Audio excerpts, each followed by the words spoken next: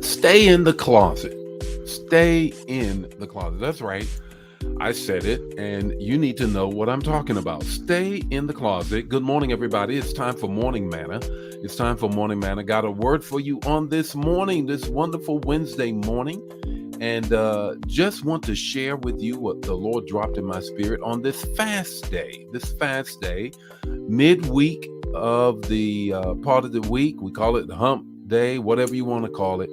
Bottom line is that at New Life, we are fasting and praying today. We're fasting and praying today from 6 to 6. God is doing wonderful things, and we just want to make sure that we give and stand up under a open heaven where God can give out all that he has for us. Stay in the closet. That's what we're talking about on this morning. The text to talk and the takeaway. Let me greet some people, and then we're going to get right into the word on this morning. Good morning, Angela. How are you on this morning? Saw you already on our morning prayer with First Lady and I. Good morning, Pamela. How are you? Good morning, Brenda. How are you? Good morning, Gloria. How are you? Elder Jan, how are you? Sint, how are you on this morning? Marina, you're back as well. Great. Got a word for you on this morning. Good morning, Vicky. How are you? Elder Mobley, how are you? Brother Nesbitt, how are you doing on this morning? Look, this morning it's all about stay in the closet. Just stay in the closet. We're going to talk about that in a moment. Greet a couple of people, then dive right into the word. Before we do that, though, I want to just remind you, if you are a life changer, I just want to let you know that we're fasting and praying today from 6 to 6. Turning our plates down, as my mom used to say. Turn your plate down, son. If you want God to do something, turn your plate down. And so he is doing things. He is up to great things at New Life, and we want to cover it. With some spiritual warfare and him covering all of those things. So fasting and praying, liquids today, and breaking the fast at 6. All my leaders join me at the church today, and soup and salad, and I'm going to share something with you. We're going to pray. Outstanding thing God is doing in the life of our church. I need you to get it first. Well, this morning is all about stay in the closet. Stay in the closet. What are you talking about?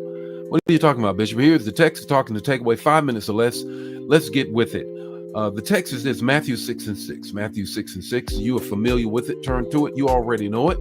But let me read it. Hear it again for the very first time. But when you pray, this is Jesus. He's talking about. It's still at the end of the Beatitudes and him sharing. He says, now, but when you pray, go into your room and shut the door and pray to your Father who is in secret. And your Father who sees in secret will reward you. The implication is he's going to reward you in the open. What does that mean? Well, here it is. Stay in your prayer closet.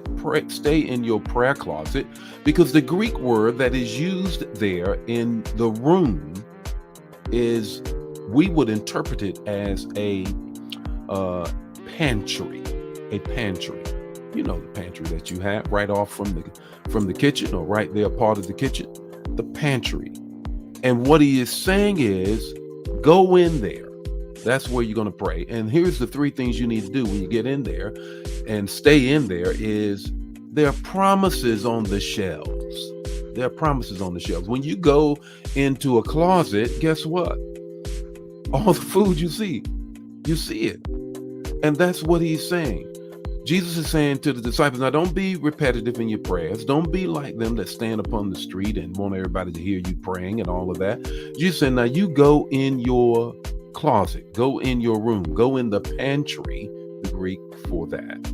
And there you can see all of the promises. They're on the shelves. Here's the second thing that you need to do. You need to pick out the ones that you need. Pick out the ones that you need in your prayer closet.